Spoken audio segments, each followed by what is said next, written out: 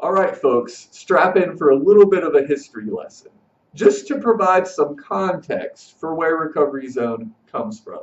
We're going to talk about the history of the collegiate recovery movement. Think back to your time in college. How prevalent was alcohol and drug use?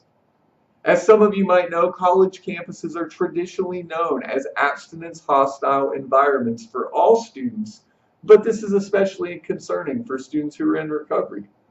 Students in recovery face some of the same challenges as other students, such as paying for school, managing life and academic responsibilities, but they also face additional challenges, such as a simple difficulty of being admitted due to consequences of their previous substance use, potential challenges obtaining tuition assistance, and maybe more importantly, managing their recovery practices as well as their responsibilities as students in recovery. What we often see is that students in recovery sometimes would focus so heavily on their recovery that their academics would fail, or they would focus so much on their academics that their recovery would suffer.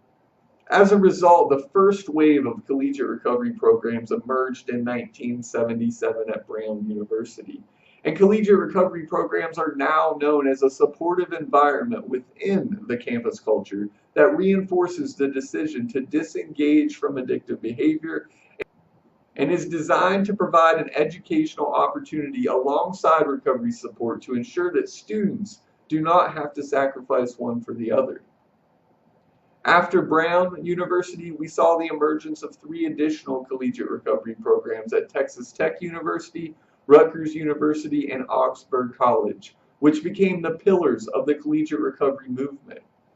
From 1997 to 2004, we saw the second wave of the collegiate recovery movement, with seven other universities joining the cause. From Dana College to Case Western University to Loyola College in Maryland, we saw collegiate recovery starting to gain momentum. However, in 2004, there were only 10 collegiate recovery programs known across the nation. Thankfully, with the help of Stacy Mathewson and her organization, Transforming Youth Recovery, there's been a tremendous explosion of collegiate recovery programs across the country. As you can see in this graph, in April of 2015, there were over 145 known collegiate recovery programs, along with many others that exist informally.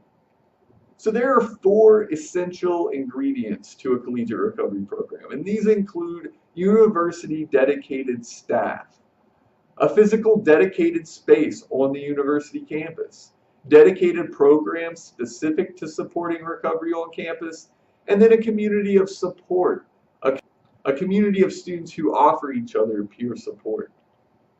Some common features of collegiate recovery programs are on-site, on-campus sober housing, or what we might like to call recovery housing. We see mutual aid support groups such as 12-step fellowships, Alcoholics Anonymous, Narcotics Anonymous, Smart Recovery, and other all pathways peer support meetings supporting and enhancing recovery. Sometimes we see counseling services, although many collegiate recovery programs, including the one at UNC Greensboro, is not a clinical program.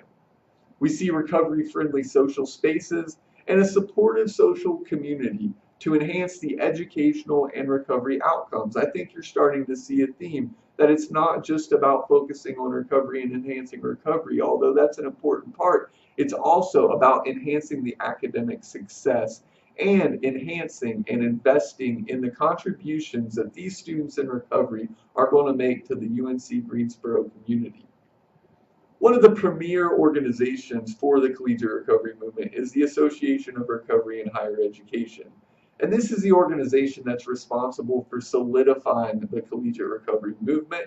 And they've published several standards. And these standards say that CRPs embrace an abstinence-based recovery as the standard. They're housed within institutions of higher education and are nonprofit entities.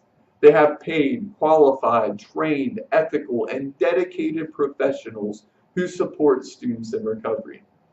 They provide a variety of recovery support services to assist students in maintaining and thriving in their recovery. They have within them a collegiate recovery community with students in recovery from alcoholism and or addictions as the primary focus. And they have dedicated physical space for students in recovery to gather and offer peer support to one another. Again, creating safe spaces for students in recovery.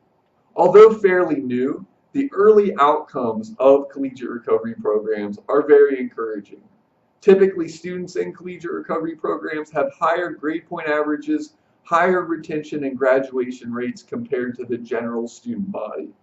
Also, they tend to have lower return to use rates, and even within their peer groups, we see lowered alcohol consumption among their peer groups who might not be in recovery.